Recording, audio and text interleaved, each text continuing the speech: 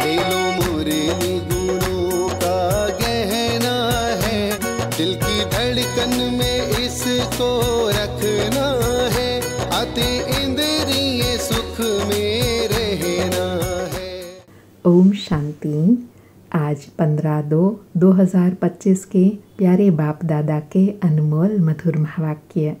आज की मुरली के सार में सतगुरु बाबा ने विशेष अटेंशन दिलाते हुए स्मृति दिलाई कि पहले तुम देवी धर्म श्रेष्ठ, देवी कर्म श्रेष्ठ थे, अभी तुम धर्म भ्रष्ट, कर्म भ्रष्ट बन पड़े हो। तो बच्चों को अभी अपने पर ध्यान रखना है कि हमसे कोई आसुरी कर्म तो नहीं होता है। देखना है हमारी किसी के प्रति कुदृष्टि व खराब ख्यालात तो नहीं आते हैं। अगर ऐसे ख्यालात आते हैं तो स्वयं को तुरंत सावधान करना है। बाबा कहे स्व पुरुषार्थ के लिए, अपने आप को सुधारने के लिए अंतर्मुखी हो अपनी जांच करनी है। अगर मुख से कुवचन निकले या कुदृष्टि जाए तो अपने को फटकारना चाहिए, अर्थात अलर्ट करना चाहिए। खुद को ही कोई न कोई पनिशमेंट देना है कि हमारे मुख से कुवचन क्यों निकले, हमारी कुदृष्टि क्यों गई। बाबा कहे अपने को चमाट भी मारनी चाहिए, घड़ी घड़ी सावधान करना है। बाबा को तो बच्चों को सब प्रकार की शिक्षा देनी होती है। और अंडरलाइन कराया, किसी को पागल कहना यह भी कुवचन है। और अंडरलाइन कराया कि अभी पुण्य आत्मा बन रहे हो तो इसमें बुद्धि बहुत शुद्ध होनी चाहिए। हंसी मजाक में भी बहुत नुकसान होता है, इसलिए तुम्हारे मुख से शुद्ध वचन निकलने चाहिए, कुवचन नहीं। ऐसी हंसी भी ना हो जिसमें विकारों की वायु हो, तो बहुत खबरदार रहना है। और इसका उपाय बताया कि बाप की याद में रहो तो यह कोई भी प्रकार की बीमारियां, चाहे तन की हो चाहे मन की हो, प्रभाव नहीं डाल सकेंगी। सतयुग में योगी लाइफ होने से कोई भी चंचलता आदि नहीं होती है। बाबा कहे यहाँ तुम्हारी अवस्था बड़ी पक्की चाहिए। योग बल से यह तन मन की बीमारियां सब बंद हो जाती हैं। पुरुषार्थ तो करना है ना, ऐसे नहीं कि बस जो होगा भाग्य में मिल जाएगा, नहीं, पुरुषार्थ करना है ऊंच पद पाने का। और बाबा कहे जितना याद में रहेंगे उतना हेल्थ भी अच्छी होंगी। फिर सेवा के लिए कहा कि रूहानी बाप की याद में रहे, औरों को रास्ता बताना है, अंधों की लाठी बनना है, लेबर्स को भी शिक्षा देनी चाहिए तो उन्हों का भी बहुत कल्याण हो जाए।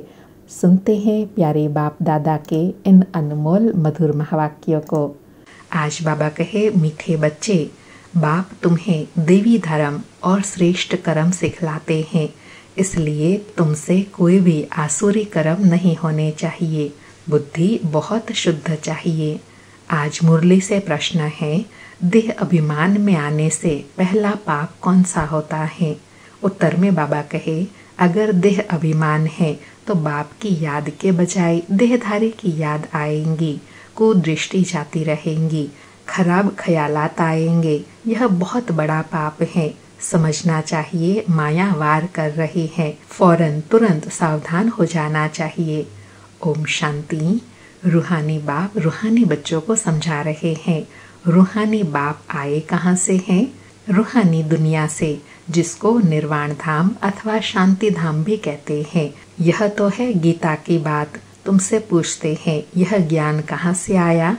बोलो यह तो वही गीता का ज्ञान है। गीता का पाठ चल रहा है और बाप पढ़ाते हैं। भगवान वाच है ना, और भगवान तो एक ही है। तो बाबा कहे सबको समझाना है कि अभी गीता का एपिसोड प्रैक्टिकल में चल रहा है, अर्थात स्वयं साक्षात भगवान आकर सन्मुख गीता का ज्ञान दे रहे हैं।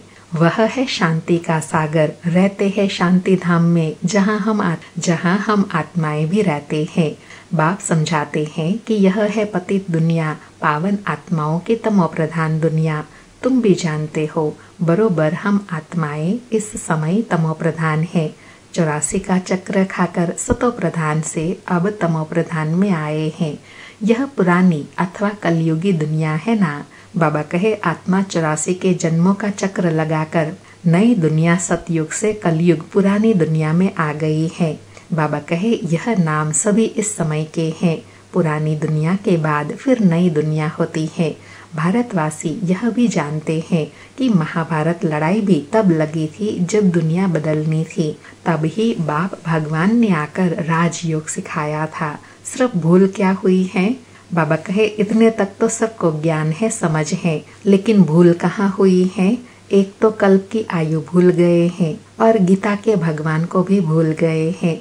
श्री कृष्ण को तो गॉड फादर कह नहीं सकते, आत्मा कहती है गॉड फादर, तो वह निराकार हो गया।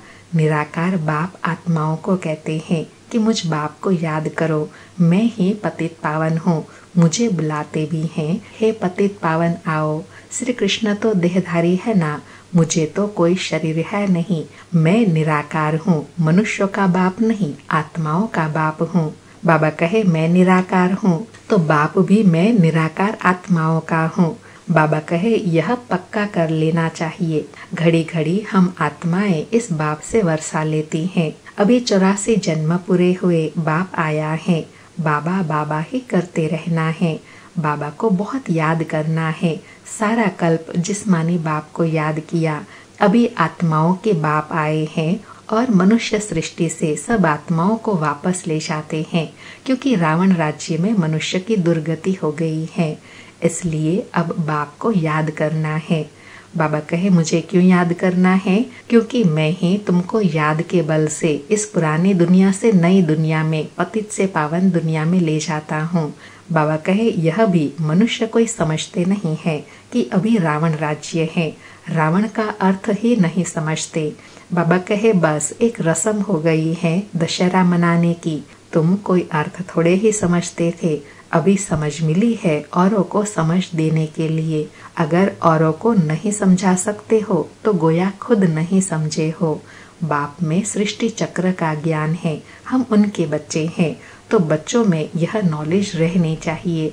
बाबा कहे जिसमें ज्ञान होगा वह ज्ञान दिए बिना रह नहीं सकते, और बाप का नाम भी तो सार्थक करना है ना कि हम उनके बच्चे हैं।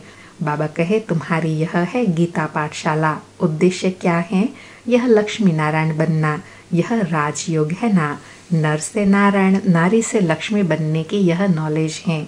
वो लोग कथाएं बैठ सुनाते हैं, यहाँ तो हम पढ़ते हैं, हमको भगवान बाप राजयोग सिखाते हैं, यह सिखाते ही है कल्प के संगम युग पर। बाप कहते हैं मैं पुरानी दुनिया को बदल नई दुनिया बनाने आया हूँ।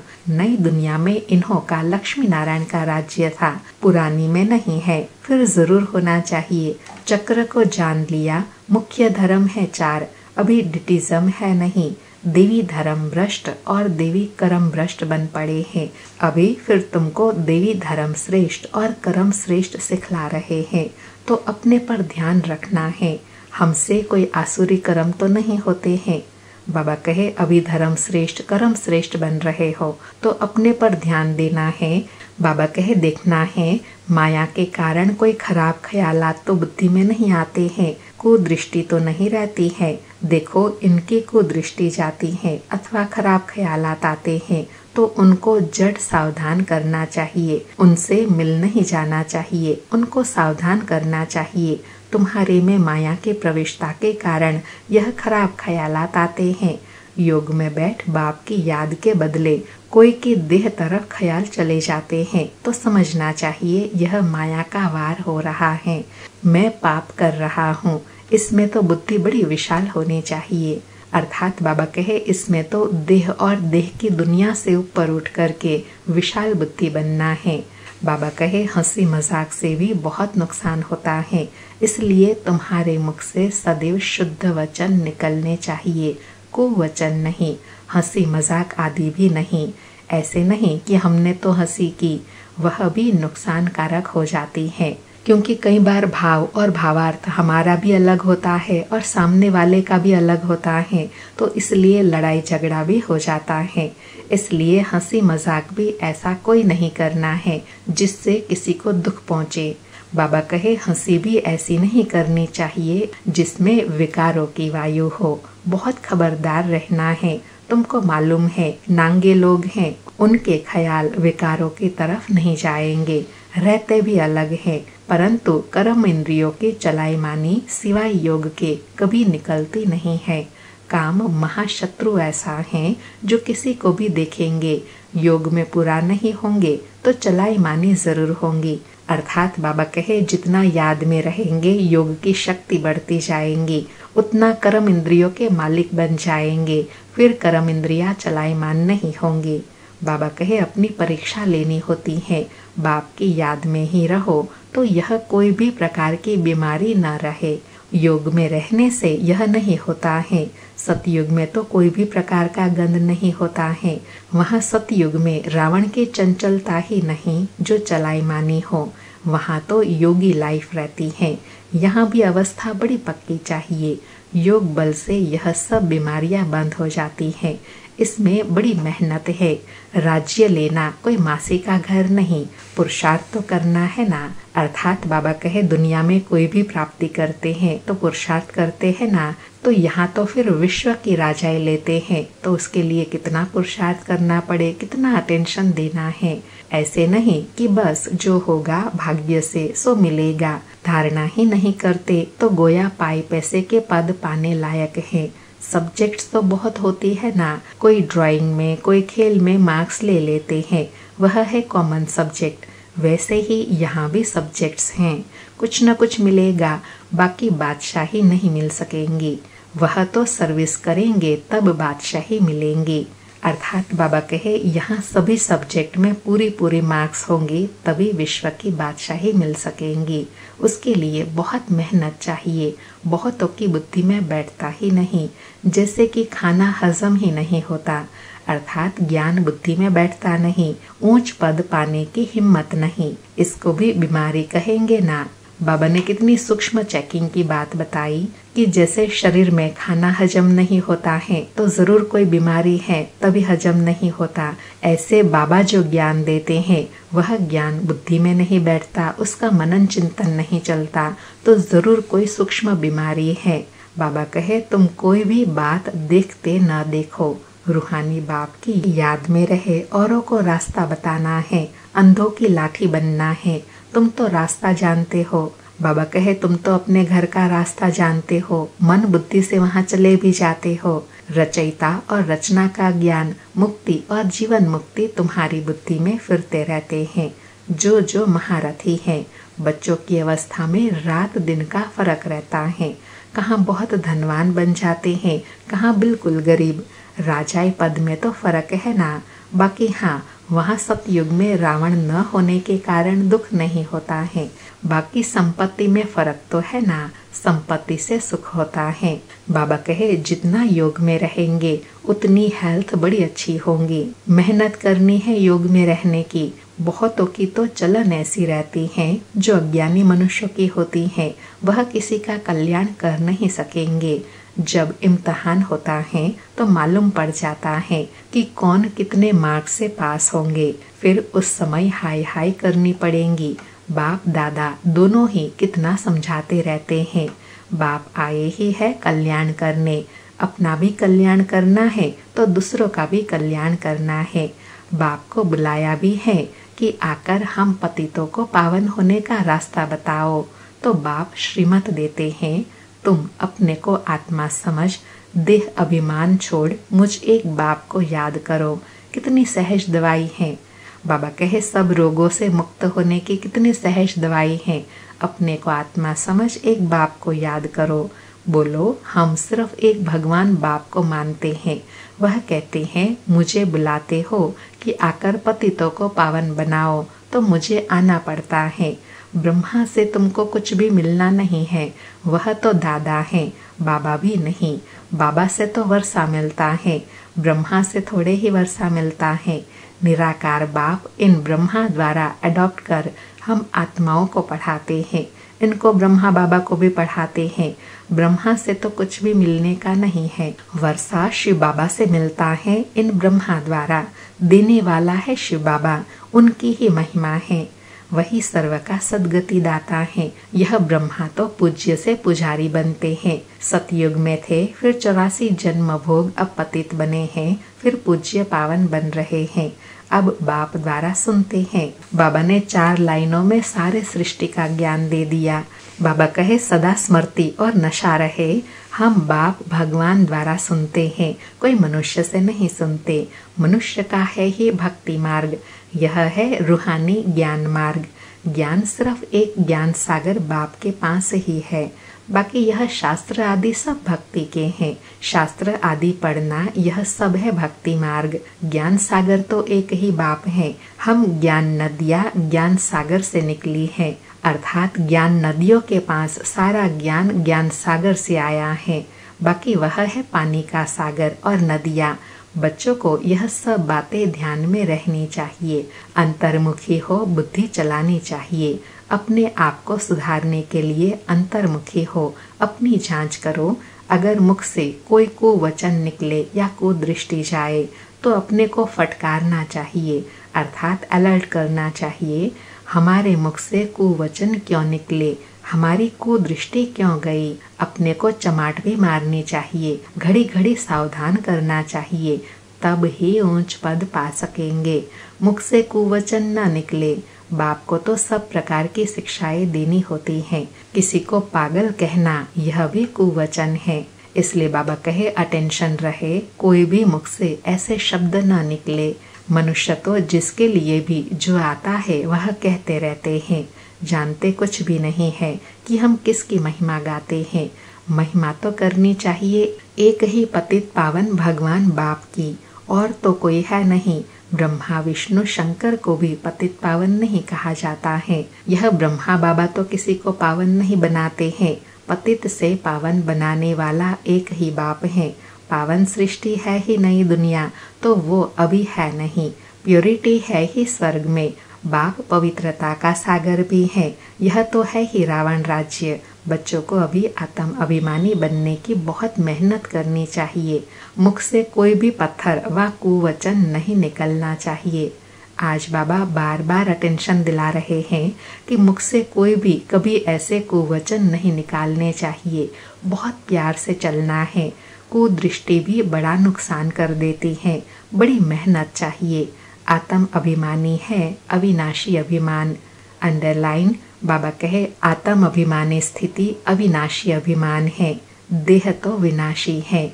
आत्मा को कोई भी नहीं जानते हैं। आत्मा का भी बाप तो जरूर कोई होगा ना। कहते भी हैं हम सब भाई भाई हैं। फिर सब में परमात्मा बाप विराजमान कैसे हो सकता है। सभी बाप कैसे हो सकते हैं, इतना भी अकल नहीं है। सबका बाप तो एक ही निराकार बाप है। उनसे ही वर्षा मिलता है। उसका नाम है शिव। शिवरात्रि भी मनाते हैं।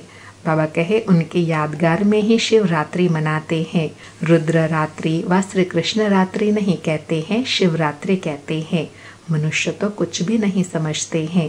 कहेंगे यह सब उनके रूप हैं, उनकी ही लीला है। बाबा कहे तुम अभी समझते हो, बेहद के बाप से तो बेहद का वर्षा मिलता है, तो उस बाप की श्रीमत पर चलना है। बाबा कहे बेहद का वर्षा लेने के लिए बेहद के बाप की श्रीमत पर चलना पड़े। बाप कहते हैं मुझे याद करो। लेबर्स को भी शिक्षा देनी चाहिए तो उन्हों का भी कुछ कल्याण हो जाए, परंतु खुद ही याद नहीं कर सकते तो औरों को क्या याद दिलाएंगे। रावण एकदम पतित बना देते हैं, फिर बाप आकर परिस्तानी पावन बनाते हैं। वंडर है ना। बाबा कहे दोनों के पार्ट में वंडर है ना। एक पतित दुखी बनाते हैं, शिव बाबा आकर सुखी पावन बनाते हैं। बाबा कहे कोई की भी बुद्धि में यह बातें नहीं है। यह लक्ष्मी नारायण कितना ऊंच परिस्तानी से फिर कितना पतित बन जाते हैं। इसलिए ब्रह्मा का दिन ब्रह्मा की रात गाई हुई है। शिव बाबा के मंदिर में तुम बहुत सर्विस कर सकते हो। बाप कहते हैं तुम मुझे एक बाप को याद करो। दर दर भटकना छोड़ दो, यह ज्ञान है शांति। दर दर भटकना छोड़ दो, यह ज्ञान है ही शांति का। बाप को याद करने से तुम सतो प्रधान बन जाएंगे। बस यही मंत्र देते रहो। कोई से भी पैसे नहीं लेना चाहिए जब तक पक्का न हो जाए। बोलो प्रतिज्ञा करो कि हम पवित्र रहेंगे, तब हम तुम्हारे हाथ का खा सकते हैं, कुछ भी ले सकते हैं। बाबा कहे भारत में मंदिर तो बहुत ढेर हैं। फॉरेनर्स आदि जो भी आए उनको यह संदेश तुम दे सकते हो कि एक बाप को याद करो। अच्छा, मीठे मीठे सिकिलधे बच्चों प्रति माता पिता बाप दादा का याद प्यार और गुड मॉर्निंग। रूहानी बाप की रूहानी बच्चों को नमस्ते। हम रूहानी बच्चों के रूहानी माता पिता बाप दादा को याद प्यार, गुड मॉर्निंग और नमस्ते। नमस्ते। सारी मुरली से धारणा के लिए सार हैं। पहला पॉइंट, कभी भी ऐसी हंसी मजाक नहीं करनी है जिसमें विकारों की वायु हो। अपने को बहुत सावधान रखना है, मुख से कुवचन नहीं निकालने हैं। दूसरा पॉइंट, आत्म अभिमानी बनने की बहुत बहुत प्रैक्टिस करनी है। सबसे प्यार से चलना है, कुदृष्टि नहीं रखनी है। कुदृष्टि जाए तो अपने आप को आपे ही सजा देनी है। आज प्यारे सतगुरु बाबा का वरदान है, निरंतर याद और सेवा के बैलेंस से बचपन के नाज नखरे समाप्त करने वाले वानप्रस्थी भव। निरंतर याद और सेवा के बैलेंस से बचपन के नाज नखरे समाप्त करने वाले वानप्रस्थी भव। स्पष्टीकरण है, छोटी छोटी बातों में संगम के अमूल्य समय को गंवाना बचपन के नाज नखरे हैं। अब यह नाज नखरे शोभते नहीं। वानप्रस्थ में सिर्फ एक ही कार्य रह जाता है, बाप की याद और सेवा। इसके सिवाय और कोई भी याद न आए। उठो तो भी याद और सेवा, सो तो भी याद और सेवा निरंतर। यह बैलेंस बना रहे। त्रिकालदर्शी बनकर बचपन की बातें व बचपन के संस्कारों का समाप्ति समारोह मनाओ, तब कहेंगे वानप्रस्थी। आज बाबा ने वानप्रस्थी का भावार्थ बताया कि बचपन के नाज नखरे छोड़कर एक बाप की याद और सेवा में रहना। चलो उठो बैठो सो, हर कार्य में याद और सेवा समाई हो। आज का स्लोगन है, सर्व प्राप्तियों से संपन्न आत्मा की निशानी है संतुष्टता। संतुष्ट रहो और संतुष्ट करो। सर्व प्राप्तियों से संपन्न आत्मा की निशानी है संतुष्टता। संतुष्ट रहो और संतुष्ट करो। आज के अव्यक्त इशारे हैं, एकांत प्रिय बनो, एकता और एकाग्रता को अपनाओ। आज बाबा ने अटेंशन रखने के लिए कहा कि एकांत एक तो स्थूल होती है, दूसरी सूक्ष्म भी होती है। एकांत के आनंद के अनुभवी बन जाओ तो बाहर मुक्ता अच्छी नहीं लगेंगी। अव्यक्त स्थिति को बढ़ाने के लिए एकांत में रुचि रखनी है। एकता के साथ एकांत प्रिय बनना है। बाबा कहे, एकांत का दो भावार्थ होता है। एक बाहरिक रूप में एकांत, एक स्थान पर चले जाना, और दूसरा है सूक्ष्म एकांत, अर्थात मन और बुद्धि सब बातों से बाहर निकलकर एक बाप की याद में रहना। यही है एकांत प्रिय बनना। अच्छा, ओम शांति। शुक्रिया बाबा, शुक्रिया।